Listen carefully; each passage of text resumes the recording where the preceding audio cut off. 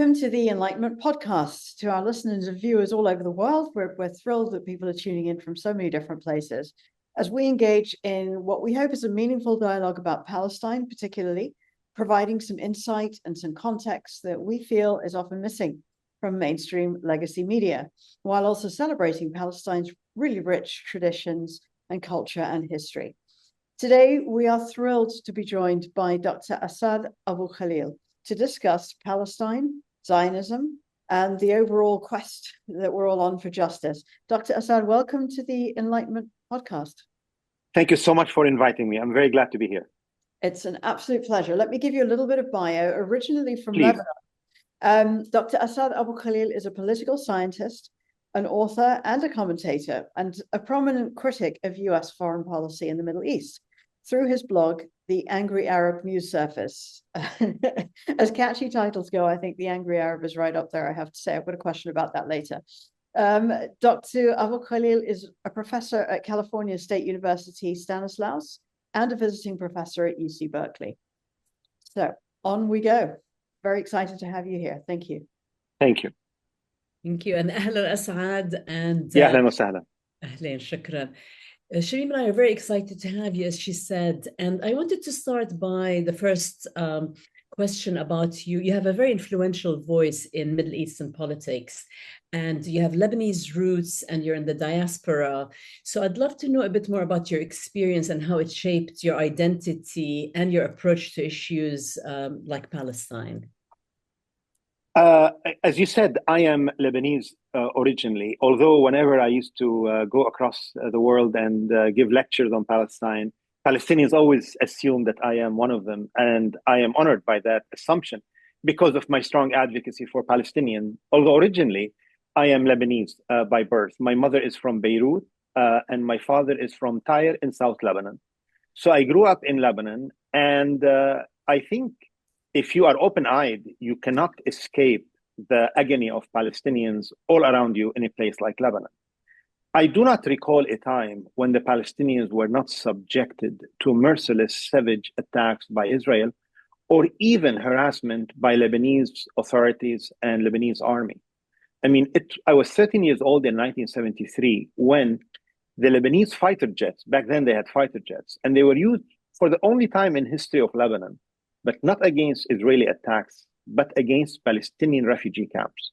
So I was certainly educated by the people around me. I learned about revolution and about injustice from Palestinian refugee camps, Shatila, Burj al-Barajni, that I used to frequent as a student. And I became an activist on my own, and I learned about Palestine firsthand from Palestinians themselves who told me their life stories and who showed me around their homes in refugee camps where, as you know, they put the keys to the house from which they were evicted back in 1948, and where they have deeds to lands that they were stolen from them by the Zionist forces. I also started early on learning about Zionism and about the Arab-Israeli conflict, and it has been my long-time cause and passion and really vocation. Everything I do is centered about the issue of Palestine. I mean, I do not teach exclusively on Palestine. I teach many courses in political science and so on.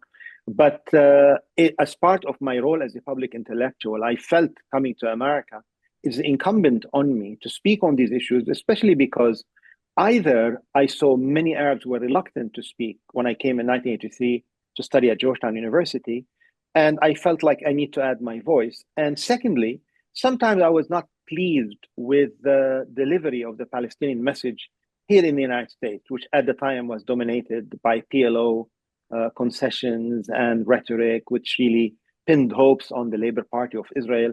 And I wasn't happy with all that. Even those dialogues that used to be happening between Israelis and Palestinians, I never could identify with. I mean, I have a maximalist position about Palestine, even though I certainly believe in the coexistence of Jews and Palestinians in the Holy Land, in the land of Palestine, eventually where we have no apartheid, no discrimination, and no injustices. But Palestinians should have their rights restored.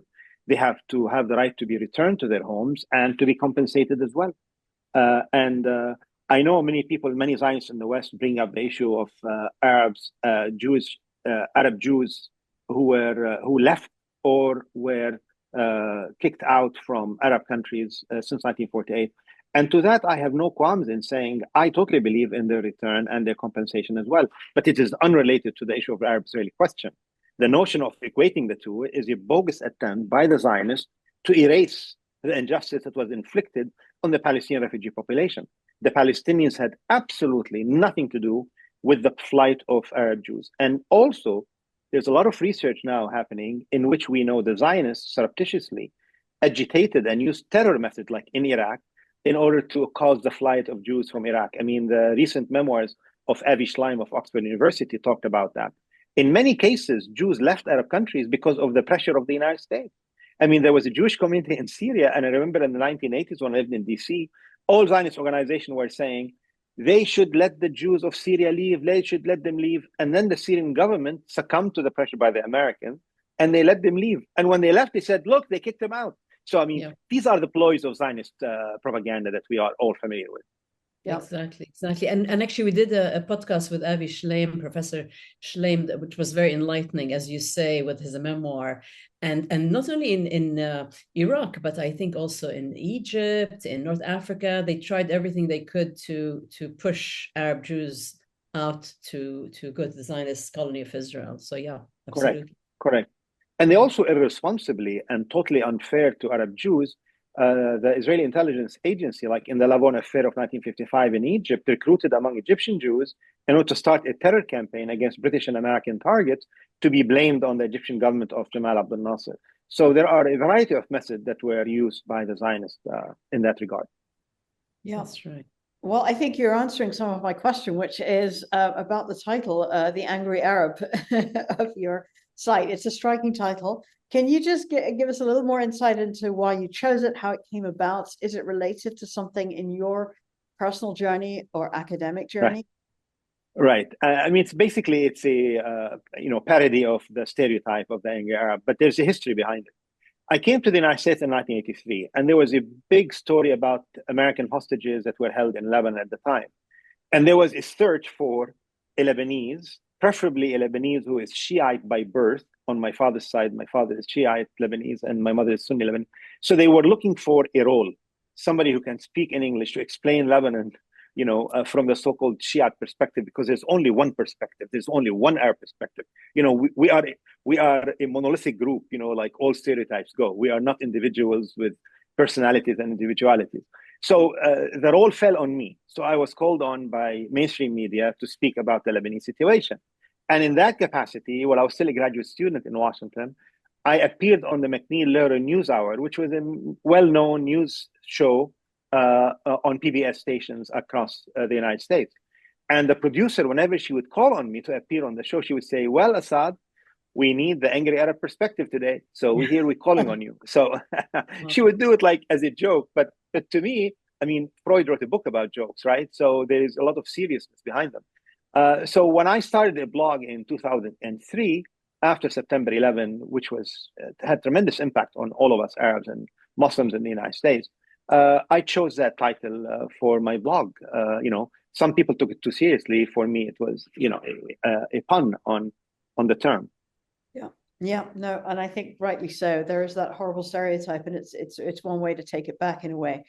I'm a novelist and a filmmaker, and so is Hanan, a filmmaker, and we both are very strong on the power of words, the power of stories, visual stories, to challenge perceptions. Can you discuss the role that your writings play in challenging this pervasive narrative that we've had up till now about Palestine?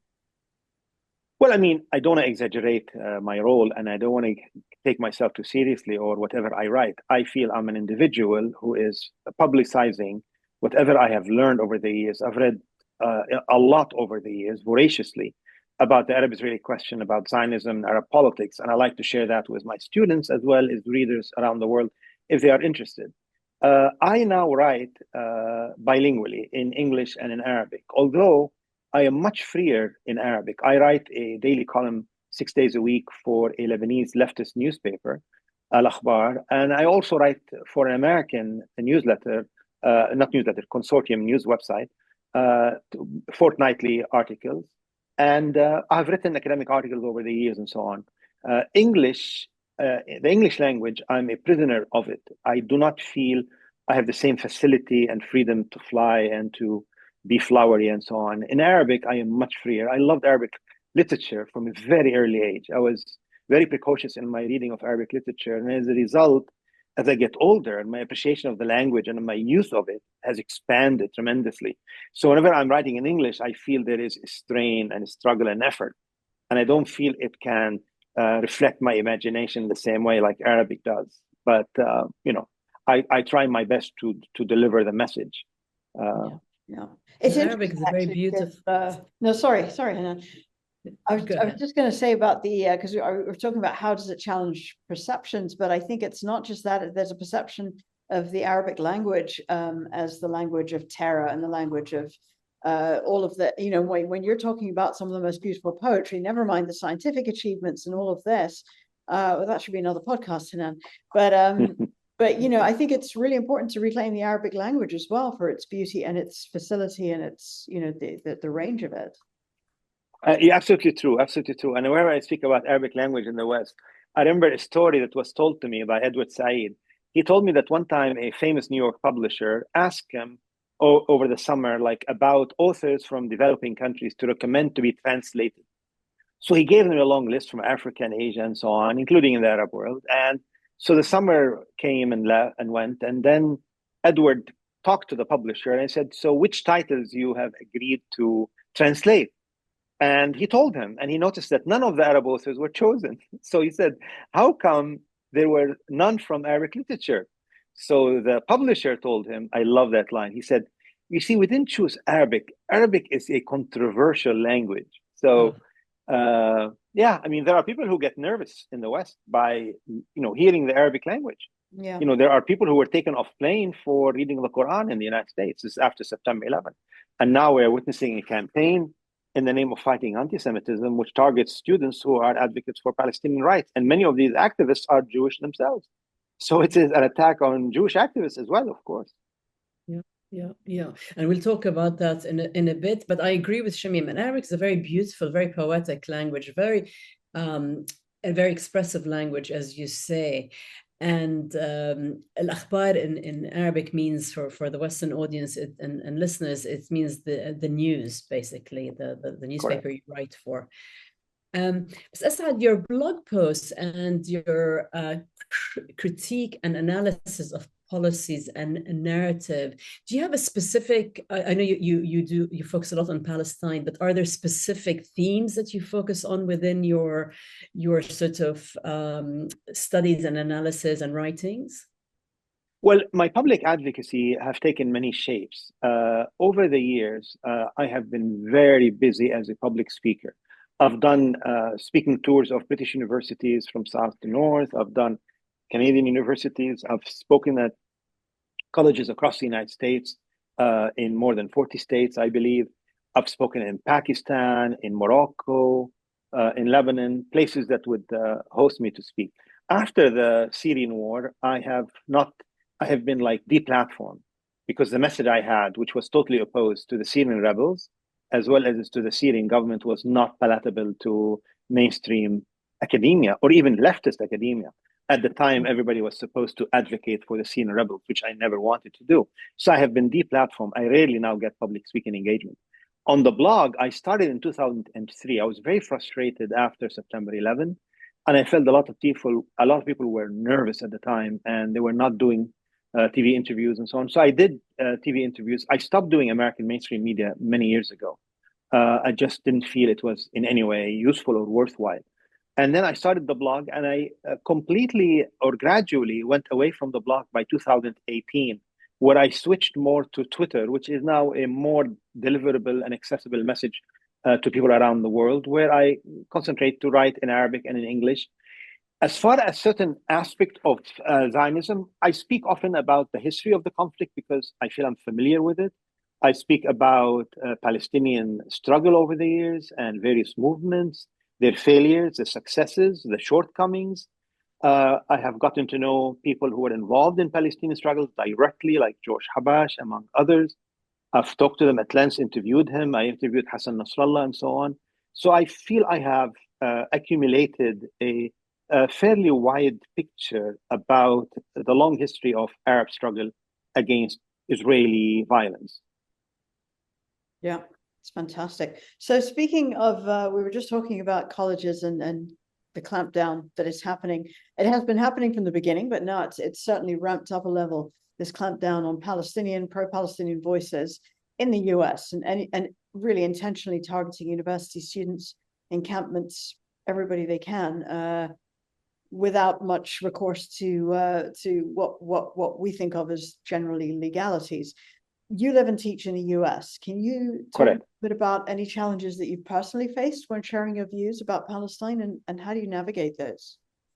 Yeah, yes, of course, there are many challenges. It depends where you are in America. I mean, if you are in a city where there's a very strong Zionist lobby influence in Washington, D.C. or New York City, it's a different picture. I taught at university. I'm teaching at university, which is in the Central Valley in California, which is not very significant. There is not at stake.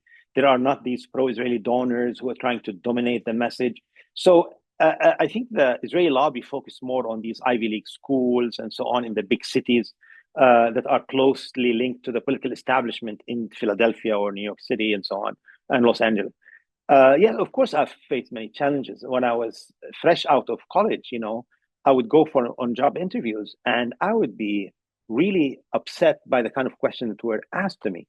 I mean, Tufts University was in the news recently because of the Turkish students who was kidnapped in broad daylight from there. And the second job I held teaching after Georgetown was Tufts University. And I remember one fellow professor, well-known international relations professor, asked me at the time, one time he said, I heard that you are a Muslim person. And I said, well, I am Muslim born, yeah. He said, but you're not religious, I heard. I said, no, I'm not. He said, yeah, like he had expressed a sigh of relief. So these are early examples. I remember another time, Edward Said wanted me to be on the East Coast because he didn't feel I should be on the West Coast. So he interceded with a fellow dean he knew at a small college in New York State. And I went for the interview, and then the dean was interviewing me, and she said, well, I know how you Arab men are. How will you handle women in position of authority, like myself? You will have a problem with that. Something like, yeah. And I said, I didn't get the job, obviously, because of the way I answered. So I said to her, how dare you make these assumptions about me? You don't know anything about me. I happen to be a professor of feminist studies on my college campus. And in many universities in America, I used to be the faculty advisor of the feminist club on my campus. I held that job on my campus for many years. I've done it, I taught women's studies at UC Berkeley, among other places. I held a year's fellowship at Randolph-Macon Women's College to be teaching about women's studies in the Middle East and so on. So I was very offended. Another time, a dean at another university asked me, so you Arabs have problem with Jews? And I was also equally offended. And I said, how dare you make that assumption? We do not have a problem with Jewish people. We have a problem with Israel and Zionism and what happened to the Palestinians. So my university, I have to say, has been extremely supportive. I've never had any incident on my campus. After September 11, I received a lot of death threats, especially because I used to appear on the media. I received tons of them. I used to collect them. Like, I remember after one appearance, I would get 70 death threats. Somebody put an American flag on my door with industrial glue that cannot be removed. They would scroll things on my door, things like that. But the university have been very good to me. They offered me police protection 24 hours. I turned it down, but it has been offered to me over the years. My students have been extremely supportive. I've never had any incident. After October 7th, however, there was a city council meeting in which one pro-Israeli person stood up and asked that I be expelled. I mean, that's how they deal with freedom of speech. Zionists have absolutely no qualms about their disrespect for freedom of speech. And I remember the fellow because, they try to trap professors who are Arabs now. They send somebody to try to make you say things that are outrageous and so on. I saw one video, they tried to do that to Rashid Khaldi at Columbia University. He was my teacher at AUB when I was young. And one time I had this person came to my office and said, I believe that Israel is a racist state. Will you teach me that? Obviously he was trying to have me say something outrageous like he wanted. And I said, look, I don't know what your agenda is. I'm an academic. I teach the Arab-Israeli conflict. My students become aware of both sides of the conflict and so on. I don't do propaganda in my class and so on. But yeah. Yeah. So No, there, and there actually, are a lot of challenges. yeah, no, it's quite terrific. Actually, my aunt Samia Halabi, the very well-known Palestinian artist, her alma Of mater, course. yeah, they canceled Yeah. her exhibition at Indiana because she's outspoken about Gaza I've and what's, heard. yeah, Absolutely. yeah. Yeah. So it's all it's all this clamping down. But on the positive side of your achievements and your impact, because you've had a lot of impact in your activism, are there certain things that you feel that have been concrete, or where you're most proud of relating to your support of the Palestinian rights, and where you've managed to make a shift and an impact? I mean, it'll be too immodest for me to speak about that, so I would not feel comfortable talking about it. I hope I have made a difference in the mind of some young people, or not so young. I do get communication from around the world by people who say nice things to me about my writings and so on. But I also get messages by people who said very nasty things about me. So I get it. So I have to be fair that I don't only get praise and compliment. But I must say that if you are credible as a teacher or as a speaker, and if you speak out on issues from a perspective of truth and not pure propaganda, I think you will have a certain credibility. And I feel I've established that with my students. And I tell my students, I'm not here to brainwash anybody. And I don't think it's my job. I don't believe that we should be advocates in the classroom per se. When I go, I'm invited to speak at college, university, they're asking for my opinions. But I'm different in the classroom setting and so on. I mean, I just feel I am one of many who have devoted, their life to the Palestinian issue. I mean, I feel my role is so much small when I think about Professor Walid Khalidi, who is 99 years old, who lives in Cambridge, Massachusetts, and I visited him last November. This man has devoted a century to Palestine. So who am I to speak about my impact when Walid Khalidi founded the first think tank in the Arab world devoted to Palestine, the Institute of Palestine Studies, and it still does tremendous work. So there are many other people who've done so much more work than I do. You're being modest, but thank you for everything, all the impact that you do, honestly. And since you're also an expert on the history, maybe we can explore that a little bit, because Zionism is a supremacist settler colonial and a ruthless ideology that started in the late 19th century. And not many people know how well coordinated, how relentless, how deliberate their propaganda was and still is to this day. I'd love to know your thoughts about this, kind of how this fringe movement that started gained so much control that now it's become the dominant narrative, if you like. Well, I mean, it was a fringe movement for sure. And it was certainly not in any way, when it started, tied to the Palestine homeland. If you think about the history of it, I mean, first of all, we have to always remember that many Westerners were receptive to the ideas and the project of Zionism because they themselves were anti-Semitic. Many of the most advocates for Israel in the West have been anti-Semite. Richard Nixon was a great supporter of Israel. He was anti-Semitic. He spoke about Jews in a very pejorative, repugnant ways in private, even in front of Henry Kissinger. We're speaking about FDR or Harry Truman. Harry Truman, who recognized the state of Israel, was an anti-Semite and a racist in private. We speak about Lord Balfour, who issued the famous Lord Balfour Declaration of 1917, November 2nd, which we still commemorate year after year for over a century. And Lord Balfour himself wanted, he questioned the loyalty of Jewish people, typical anti-Semitic trope. Initially, the movement started as an understandable response to anti-Semitism and anti-Semitic crime in Europe. After the pogroms in Russia and the East of Settlement, the Pale of Settlement, and so on, there came a movement that wanted basically to find a solution to the suffering of Jewish people, especially with the Dreyfus affair of the 1890s, when Jews realized, to their great sorrow, that even French Revolution France was not being hospitable and kind to Jewish people, and trumped up charges again. Dreyfus was an example that brought up so many anti-Semitic cries in the streets of Paris. So in response of that, Theodor Herzl started the movement, and he wrote his book Der Judenstaat in 1896. I say the title in German, not because I studied German, but because in German, der Judenstaat means the state of the Jews. State of the Jews doesn't mean the Jewish state.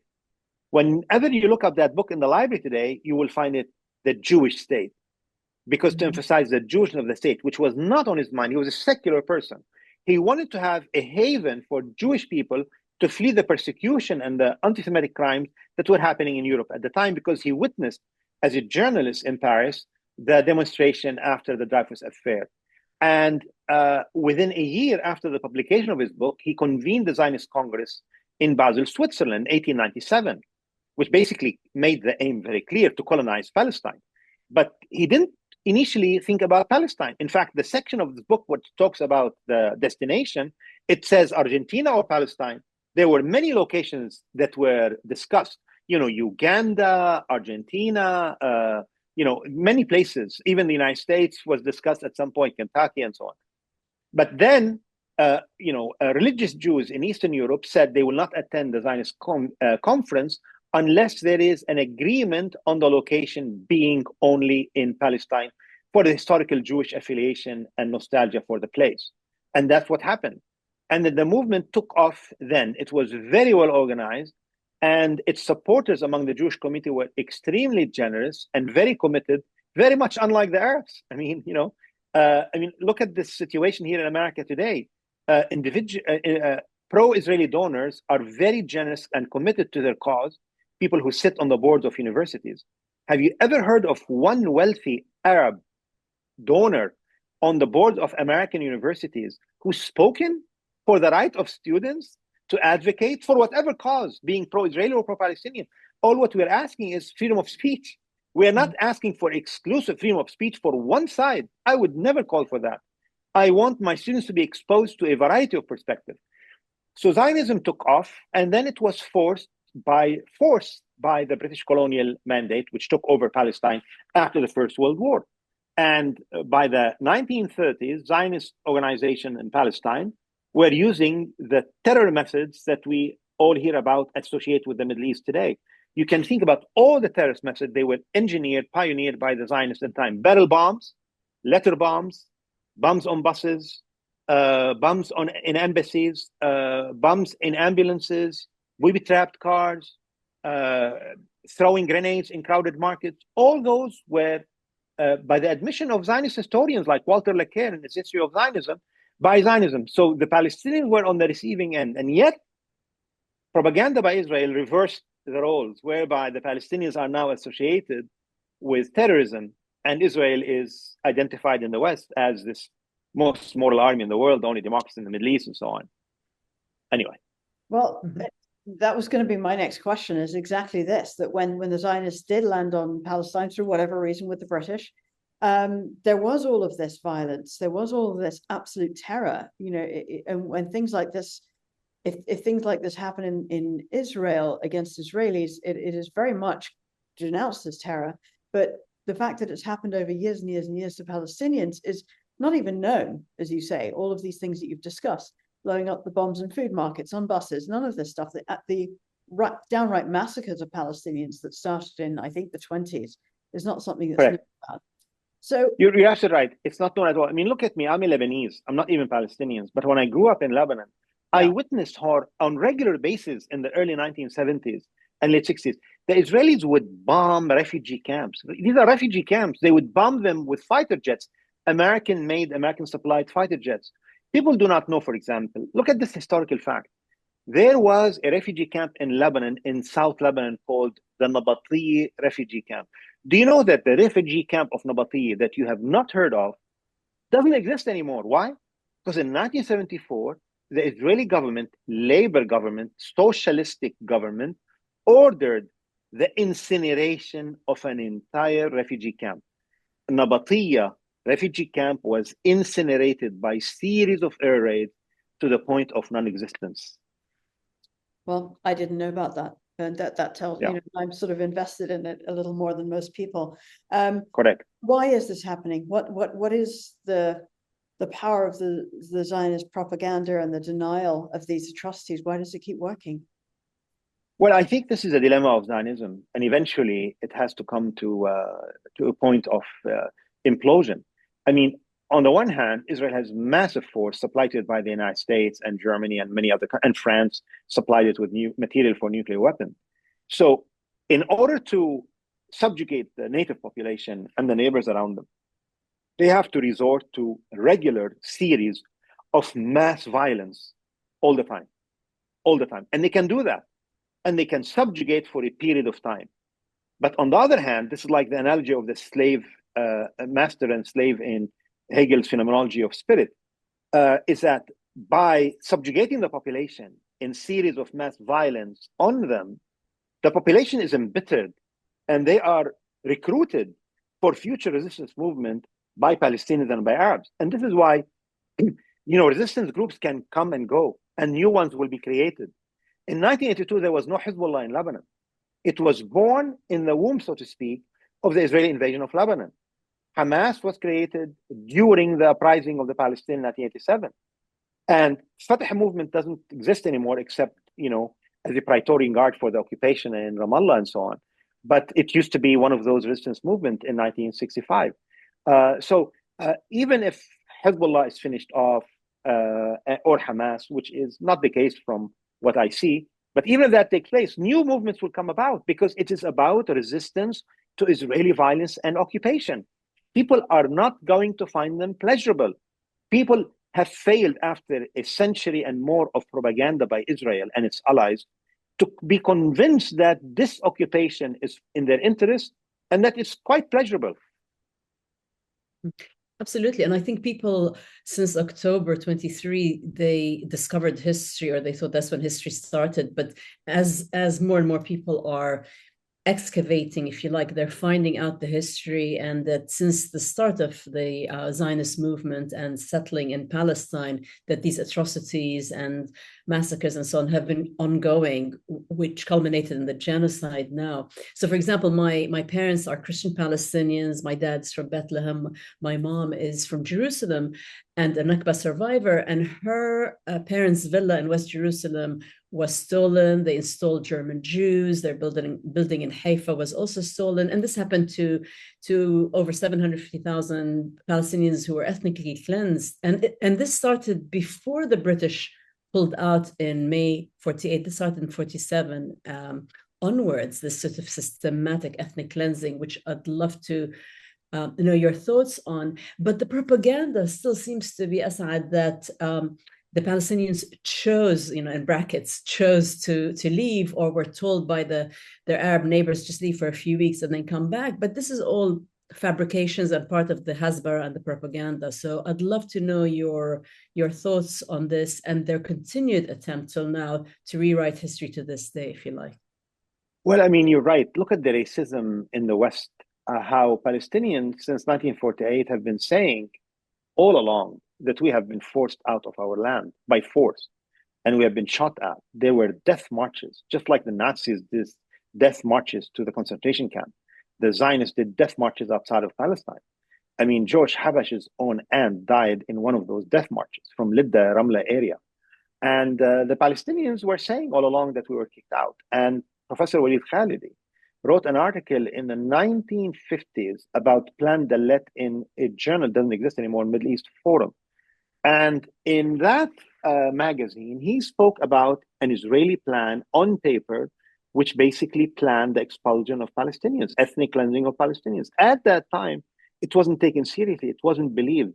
Look at the racists in the West. Only when Israeli historians, the so-called new historians of Israel, dug through the Israeli archives and found information to document plans and actual processes of ethnic cleansing, that the Palestinians were believed that yes, they were kicked out of their land. And now, even the New York Times will always say about 1948 Nakba, that Palestinians either were kicked out or left. I mean, how do the Palestinians leave on their own volition? They decided to take a march from Haifa all the way to Beirut, for example. I mean, nobody left voluntarily. They were all forced in order to leave. Yeah. Yeah, very much so. And I think it's now, you're very right. The new historians, and we know more about them, but they tend to believe them more over our rhetoric, our Of historians, course. experts like yourself and others. So it's really, we still have a way to go. Right. And, Rosemary Sires, the American historian, published a book in 1975 about the Palestinians from peasant to revolutionaries. And she basically collected the memories of survivors of the Nakba. And they spoke about their experiences, but they were ignored because you cannot believe the natives, they lie. You can only believe, white people and Israelis. Yeah. Well, that's part of the colonizer playbook, I believe. And I say Absolutely. that as the descendant of apartheid South African parents and grandparents who grew up under apartheid in South Africa, which I thought was awful. But I have to say, having been to Palestine, what I saw there was, I feel, as bad or worse. You don't want to compare these things, but it certainly, you're right, to my mind, is not it's definitely apartheid, which is a crime against humanity under international law. As you know, Desmond Tutu, the famous Archbishop in South Africa, he over time and over again, he said, Israel is an apartheid state. Yeah. This was long before these Western human rights organizations, only a few years ago, decided that, there is apartheid in Israel. Why have you been silent all these years? I mean, they are all complicit in the silence about the reality of what Israel and Zionism has represented for the Palestinian native population and for the Arab and surrounding countries. Look what's happening today. I mean, as we speak, Israel is engaged in bombing campaign against Lebanon, against Syria, against Palestine. They bombed Yemen.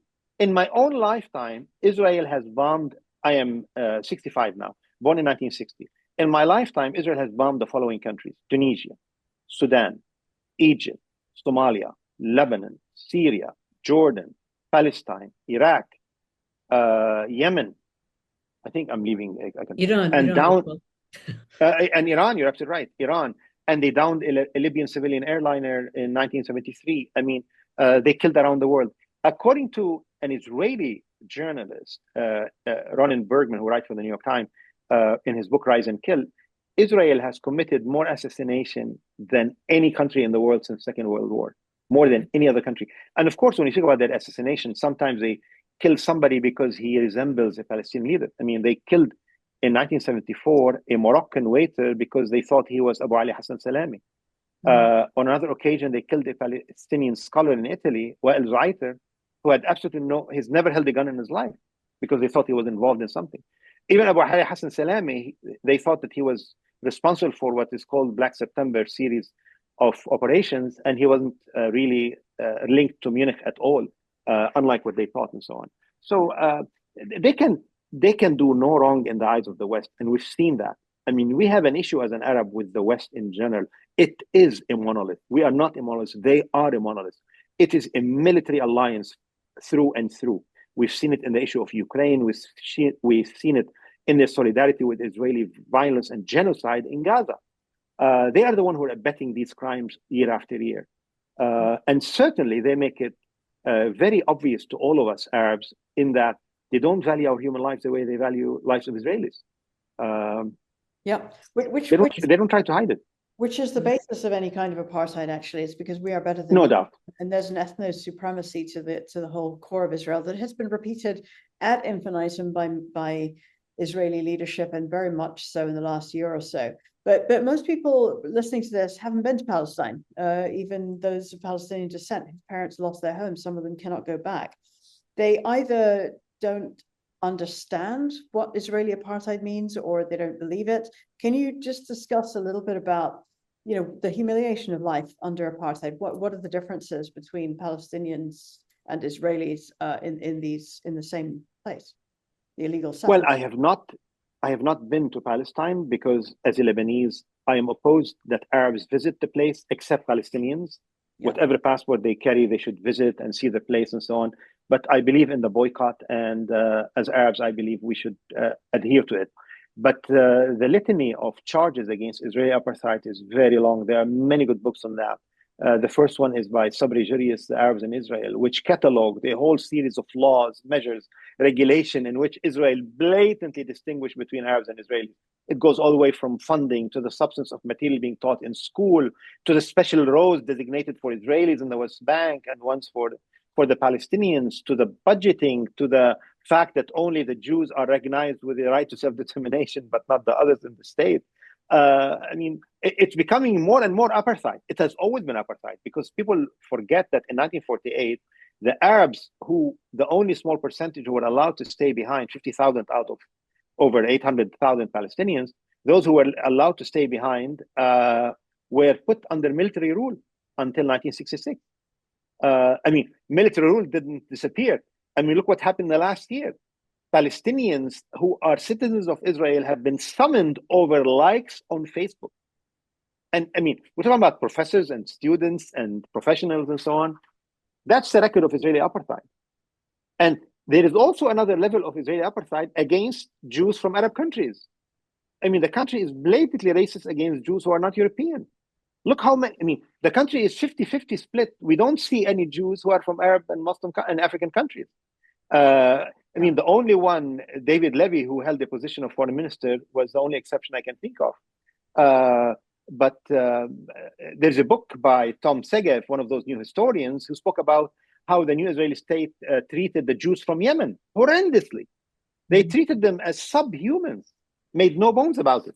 Yeah. I mean, Zionism. Yeah. Sorry, yes. Zionism is a European movement. It is a European colonial racist movement from the start. Made it very clear in the writing of Theodor Herzl, the creating an outpost of civilization versus outpost of backwardness in Asia. They spoke blatantly about pushing them into the desert. He wrote that in his diary.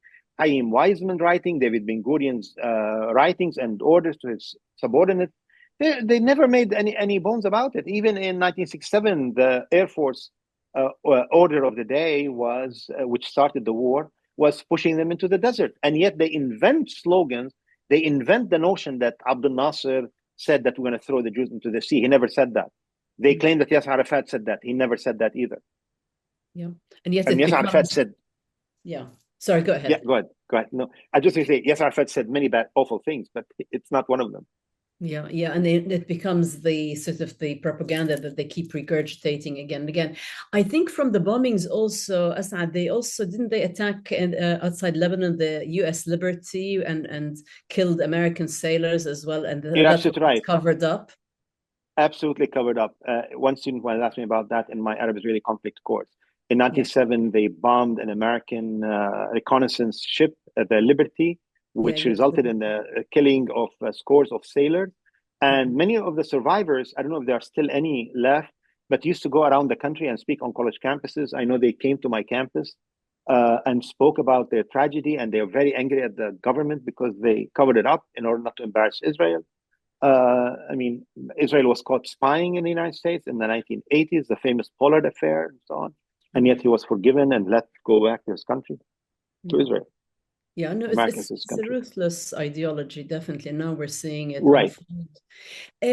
Also, part of their propaganda, as you mentioned earlier, about it being the only democracy in the Middle East. Could you discuss this accuracy or lack of and that propaganda as well? Well, I maintain that the freest country in the Middle East is actually Lebanon. It is really the place where you can express all point of view. You can criticize anybody, any political party, without fear of punishment or penalties. You can like and dislike anything on Facebook and social media. Israel is not that place. Israel is a limited democracy for its Jewish citizens with privileges for European Jews over the years that have been documented. So it's a very limited case. Also, as the author Nassim Taleb has argued, that it's not a sustainable project because for its preservation, it requires the use of regular violence on a large number of people all the time. I mean, for how long can this formula continue? You see, it's not sustainable. Yeah. Asad, Hanan and I are very big on representation in our films, our books, everything that we do. So we're looking now at an 18-month brutal live stream genocide in Gaza. we've seen severe dehumanization of Palestinians to the extent that even though everybody can see what's going on, nothing is actually reaching governments, even though people are coming out to protest. This Zionist propaganda machine, after years of social engineering and suppressing the history, suppressing the facts, is really still having a huge impact when it comes to influencing opinion. So for us, we feel like the need for effective representation of Palestinian voices is more important than ever. So what do you think are the steps to improving Palestinian representation? But also, how did we get here to start with? How did we get so dehumanized for Palestinians? Well, I mean, it wasn't our doing, right? I mean, the Westerners decided not to allow the natives to speak for themselves. I mean, oftentimes they are represented by Israelis. I mean, you read articles. I read the New York Times every day and the Washington Post. Every day there are articles about Palestinians in which no Palestinians interviewed. Edward Said always complained about that. Sometimes they'd have Israelis to speak on behalf of the Palestinian perspective.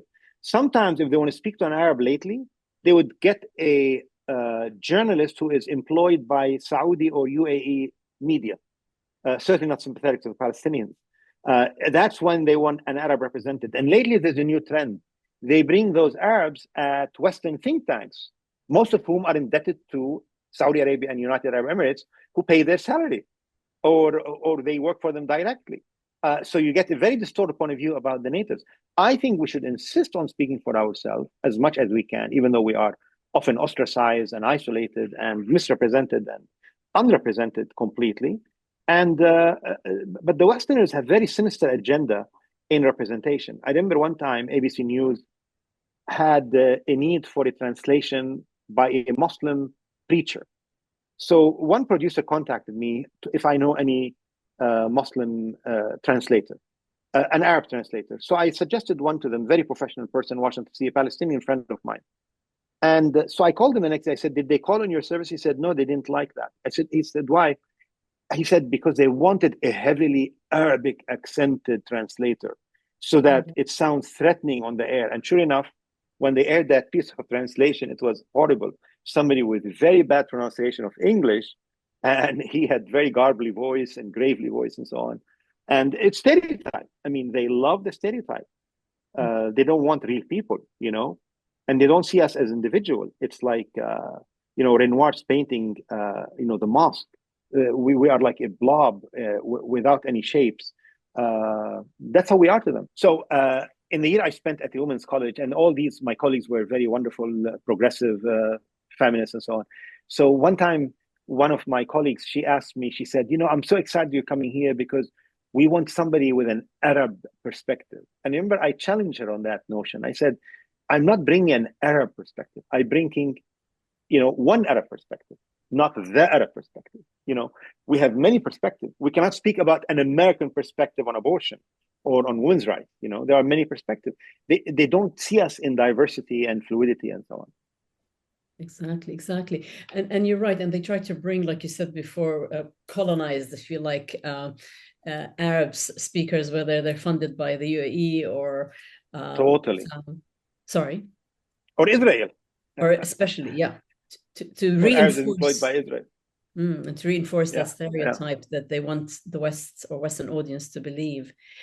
And in terms of the settler colony of Israel's track record on ceasefires, again, now we're living and breathing it. They've always systematically violated them, and yet they frame every collapse as blaming whether it's the Palestinians or the Lebanese, even though the world and the media, the Western media, keeps regurgitating that it was our side who broke the ceasefires. Can you talk about this? Because that's been something going on since eternity, basically.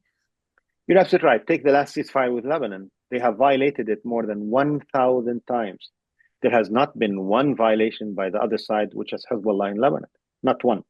It's all by Israel. And yet the American government condemned the Lebanese side for these violations. They said it's our fault that Israel is violating the ceasefire. The same thing with Palestinians. Israel has always had a very long history of disrespecting all agreement and treaties that it signs with Arabs. Since 1948, even before that, all agreement, pledges, promises they made, they were broken. They never took them seriously. Even when they agreed to the Balfour Declaration, they knew they wanted much more. than a national home for the Jewish people in Palestine. They wanted all of Palestine. And they clearly and bluntly asked the British to change the phrasing to become Palestine be as a Jewish home, national home for the Jewish people, even a state at the time they wanted to call it. But British said it would be better to camouflage the phrasing so that we would not upset the Arabs that early on. And even in the history of PLO and Israel ceasefire, when I was still in Lebanon before 1983, before 1982, there was a ceasefire that was observed by the PLO. Israel is the one that violated it, as it does all the time. But it doesn't get condemned by the Western world. The Western world is a full partner in Israeli crimes since 1948. And now we can speak about full Arab partners in Israeli crimes, especially UAE, which is a very close partner of Israeli crimes nowadays. Very much so. And just a few days ago, they bombed Beirut, not only Lebanon, and just yesterday. Yesterday, yeah, exactly. Yeah. So it's really atrocious. But yeah, that's continuing their aggression, if you like, and their sort of bigger plan for the area. Yeah, well, let's talk about that actually, Hanan, since you brought it up. Is that there's these regular attacks, call them breaking ceasefires or just straight out attacks on various countries in West Asia from You're absolutely right. Is it true that Israel has never really defined its borders, because they now illegally occupy land in many countries and control a large part of those countries' water supplies and important resources? Can you just talk a little bit about that, because that's something again? Well, yeah. No. I mean, Israel does not want even peace with Arabs. It wants subjugation of the Arabs, even those who do not want a fight with Israel, like the new Syrian government. These jihadis who are now in charge of the Syrian government have made every attempt to reassure Israel, we're going to protect your security. Our only enemy is Iran and Hezbollah. Despite all these reassurances, Israel continues to bomb Syria. They want to subjugate them so that they will surrender to them and they will be forced to sign a humiliating treaty, the likes of which they made Lebanon sign in 1983, May 17 agreement. But it was within a year reversed and revoked by the Lebanese parliament. Israel is having difficulty. If you think about it, of course they are militarily powerful. Of course we are weak. Of course Arab governments are sellouts, all of them without exception. But on the other hand, after more than a century, the Palestinians have not submitted to their diktats. They refuse to surrender. I never thought that after all this bombing of Gaza, the Palestinians are not surrendering. You know, I mean, sure, now the UAE government and the Palestinian Authority in Ramallah are engineering a few hundreds of young people to protest against Hamas and so on. But the Palestinian sentiment of Gaza is one of defiance and one of resistance against Israel. Yeah, and it's the Palestinian sumud that. And as you said earlier when we first started talking, Asad, it doesn't matter what the movement, it's the ideology you cannot crush. It's the love of your land, of the love of your culture, your history. Yeah. Correct. And that's what bothered the Zionists. They did not anticipate. And this is something that Shlomo Avneri in his book on Making of Modern Zionism wrote about, admitted, and he's a Zionist.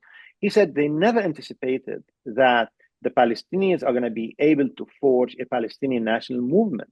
The only Zionist leader was the far-right Jabotinsky, who said, do not assume the Palestinians are not going to fight back against Zionism, that they will. He's the only one who anticipated. But in response, he suggested the creation of the Iron Wall against Palestinians, the use of force against the Palestinians to subjugate them. But after a century, Israel is not having, an easy time to subjugate the Palestinians. Yeah, no, absolutely. Because Zionism is a racist, ethno-supremacist ideology. But, no question. But since the genocide in Gaza, we're seeing a very large number of Jewish people in the West, especially, not in the settler colony of Israel, but in the West, distancing themselves from this Zionist ideology and saying this, we are Jewish and we're anti-Zionist, if you like. What strategies do you recommend to dismantle this ideology and to get more and more people sort of aligned, if you like, to overthrow or to dismantle the Zionist ideology? I'm so glad you brought that up, Hanan. It's a very important point, which is the fact that we in the Palestinian movement have always had Jewish comrades with us, always. I have never spoken at an event on Palestine on US college campuses without having Jewish students being part of that club or the movement. Invariably. Look in this protest movement in the last year and a half. Jewish students have been in the forefront in every place you can think of, from Colombia to San Francisco and in between. Also, public opinion surveys indicate younger Jews are much less likely to identify with the state of Israel. Just think about it. 1/3 of Jewish people in America describe what's happening in Gaza as genocide. That's an amazing number. There is a lot of awareness. I mean, I know that Jews I have befriended over the years reached out to me during this war, telling me how awful, how bad they feel, and so on. Jewish protesters have been part of the movement, and this is why it has been amazing that Zionists want to paint all of us in the movement as anti-Semite. It doesn't work like that. Having said that, we in the Palestinian movement, and I always say that in Arabic and English, we should be vigilant not to allow anti-Semites to infiltrate into our rank. And that happens often enough. I see it on social media. I see it sometimes. A former Israeli who pretends to be against Zionism, and he would say mean things about Judaism and Jews and so on. We should reject these people categorically.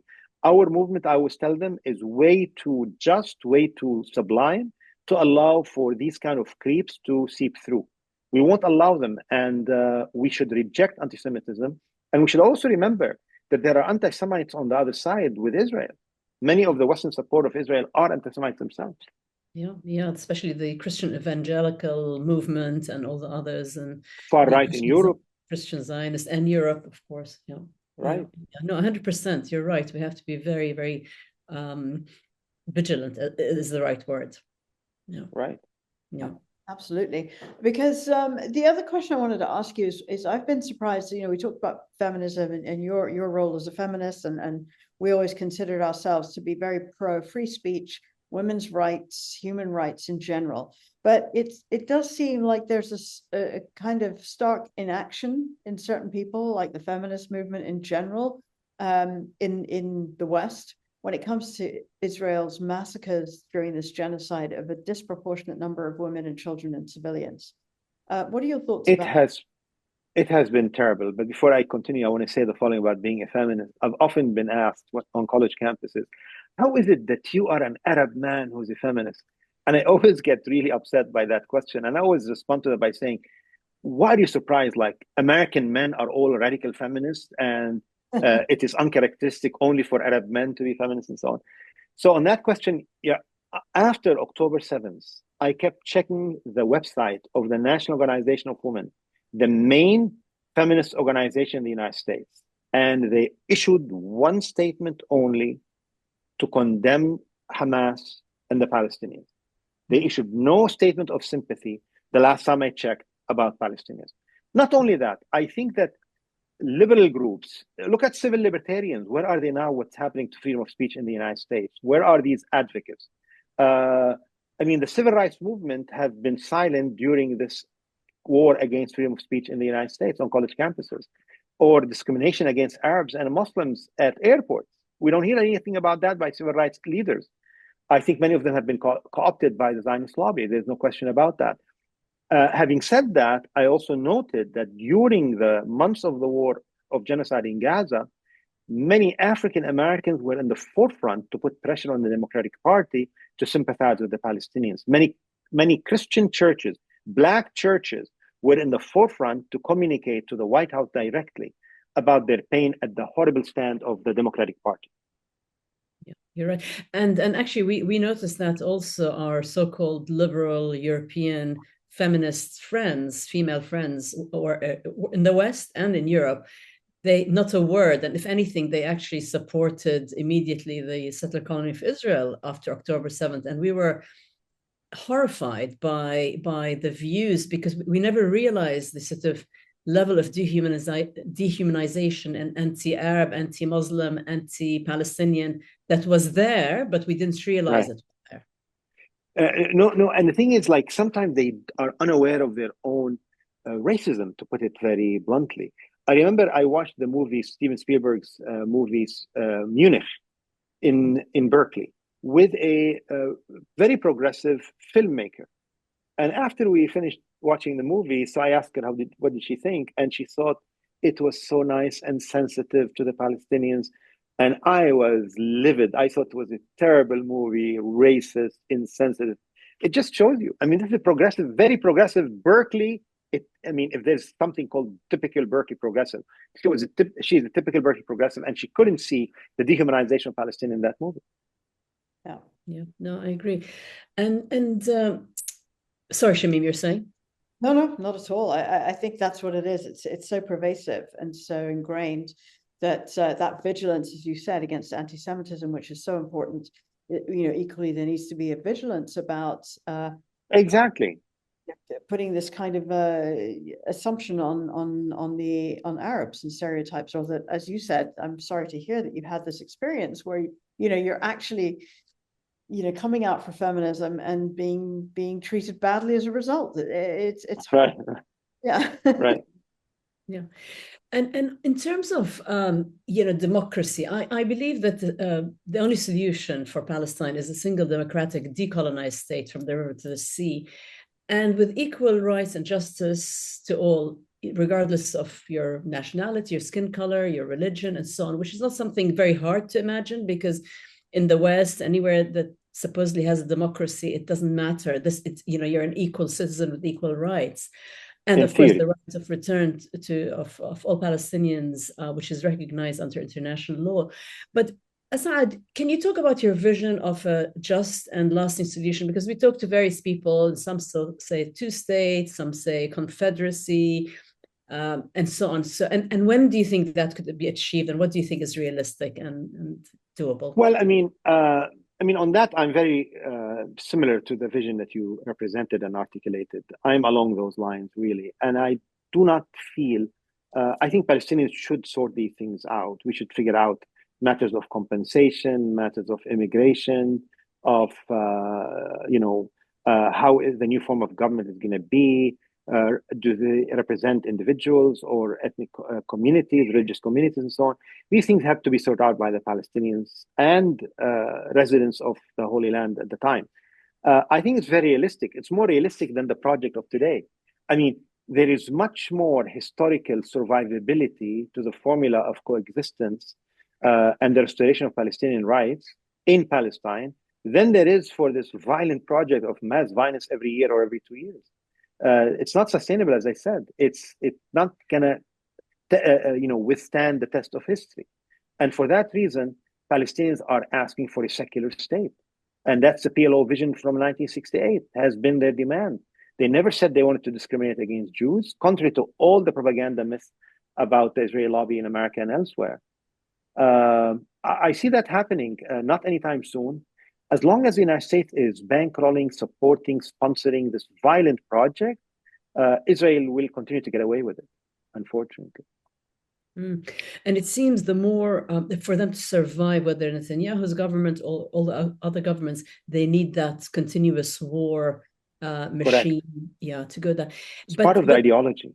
It's the ideology, exactly. And just one more thing, because the settlements have been increasing, whether it's Likud or Labor, or they haven't stopped. And the so-called peace treaties that they keep accusing the Palestinians of breaking, we know are it's a farce, and it just bought them more time to continue their expansion. Can you talk about that a bit and what your thoughts are? Well, I mean, I never believed that Israel wanted peace. They never showed any interest in that. And there's a history of them, in fact, sabotaging peaceful overtures by Arab governments from very early on, from the 1950s.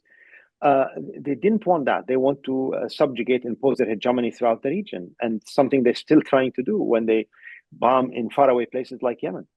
I think also there has never been a peace camp in Israel. That's a total myth invented by liberals of the West. I mean, I used to hear back in the 1970s from left-wing group, Popular Front for the Liberation of Palestine, Democratic Front for the Liberation of Palestine, that we are not against dialogue with Israelis, but we are only for dialogue with radical people who are for real peace. And they used to mention always Matzben, which is a radical Israeli group, left-wing group, really radical group.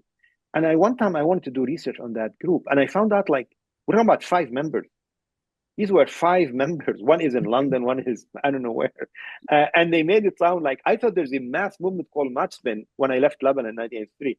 And I realized it wasn't the case. And the so-called Peace Now movement, where are they now? These are racist movements that were interested in what is for the benefit of Israel. They never cared about the Palestinians. You see all these mass protests in Israel today. It's all about Israeli hostages. None of them speak about the 8,000 Palestinian hostages. They don't speak about the genocide that's still occurring in Gaza. Even Haaretz, which impresses many liberals in the West, it never impressed me. It's a racist Zionist newspaper that is intended to make liberals in the West, Zionist liberals in the West, feel good about the Zionist project. Yeah, exactly. Because liberal Zionist is another way of disguising Zionism. It's really at the end of the day to make it palatable for Western audience and press. Absolutely. And I always remind people, Haaretz captures the readership of 4% of Israelis. People think it's like the main leading Israeli newspaper. That's how the New York Times and other newspapers talk about it. Most Israelis read like, very right-wing, blatantly racist publication. Yeah. As you say, I mean, what's really shocking is even up till now, the majority, I think 92% or whatever the last number of Israelis still think that there isn't enough force against Palestinians and people in Gaza, and they want more force. You're absolutely right. I keep following these stumbling opinion surveys. They show the fundamental racism of Israeli society. Our problem is not with the Israeli state.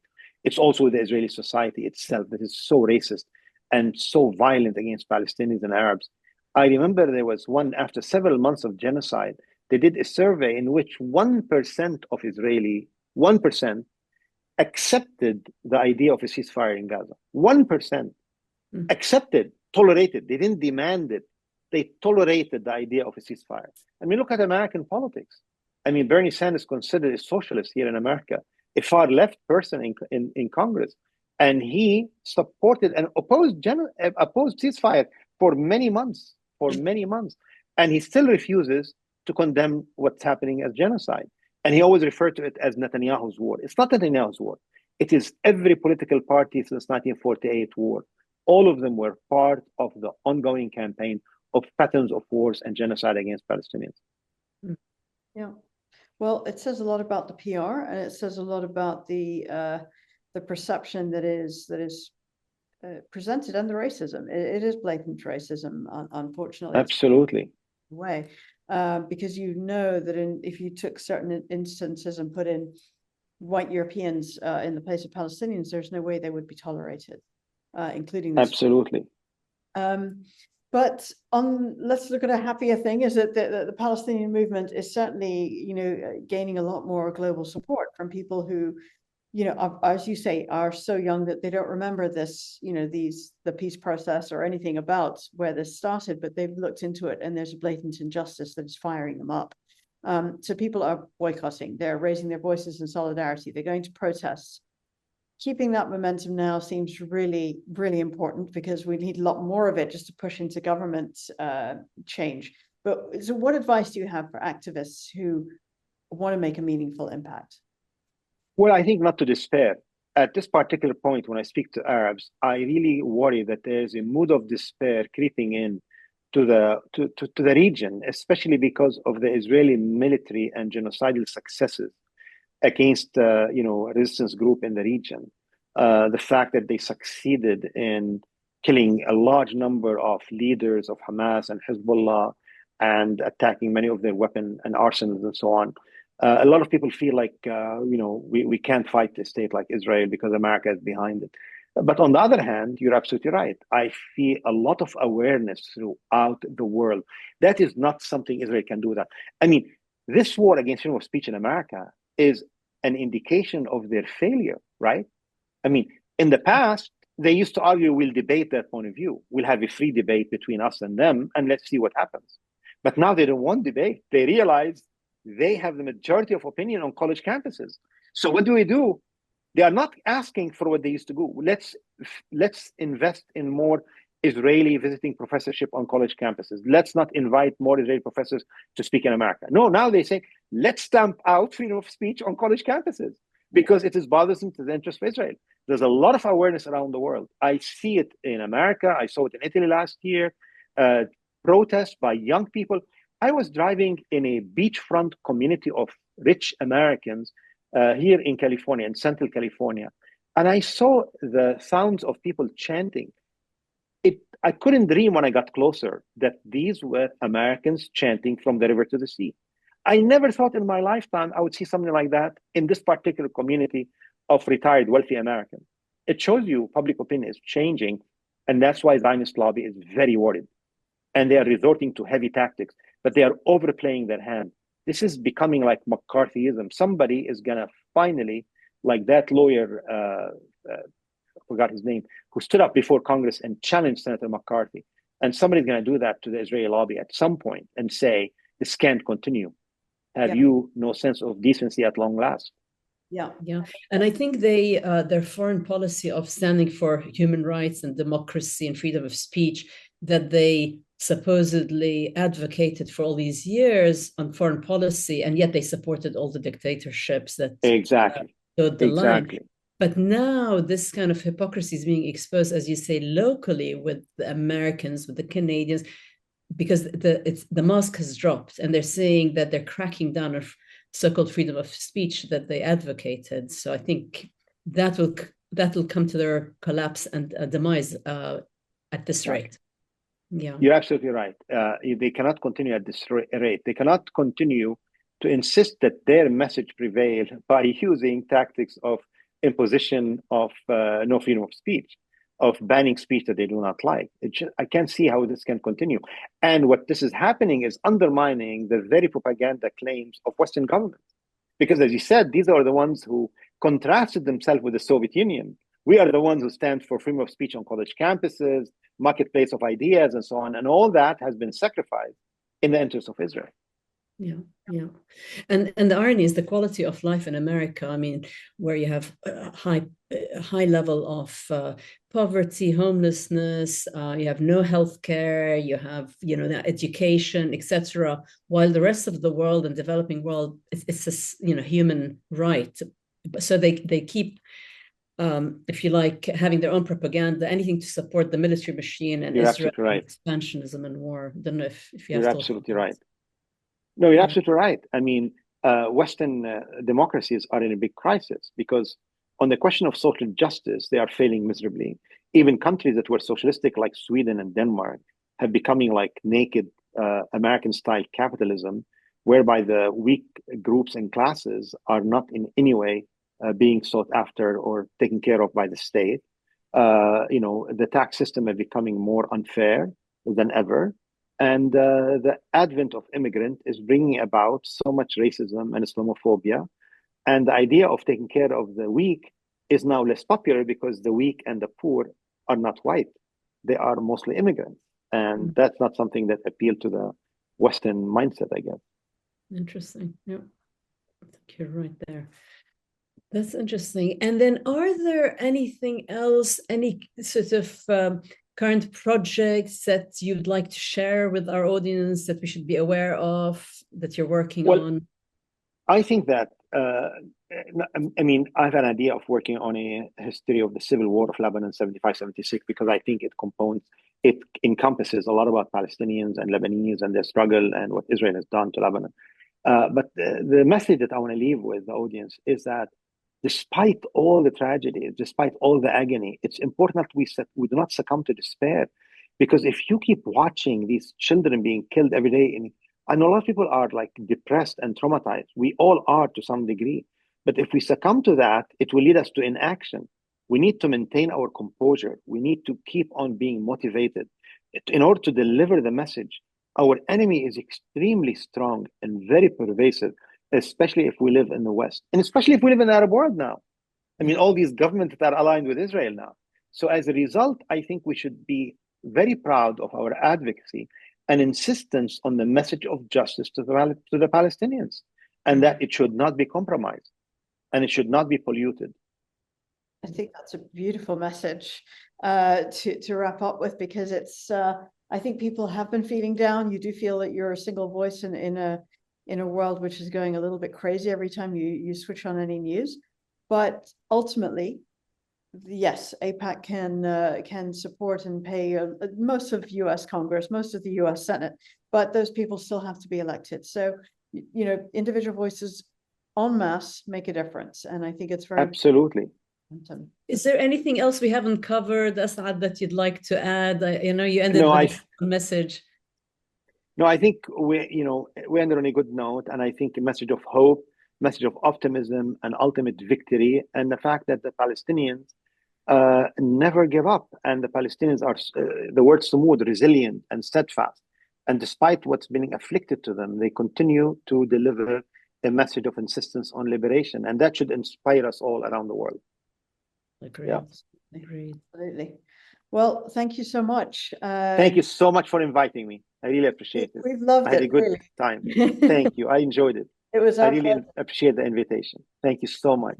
Thank you. And I'll Okay. just say to our Okay. listeners, if you enjoyed this episode, please do take a minute to like it, to share it, to subscribe, to help us get the word out. Thank you, though, for joining us today, for your invaluable insights. Really, I felt we covered a lot of interesting ground today that we hadn't talked about in previous podcasts.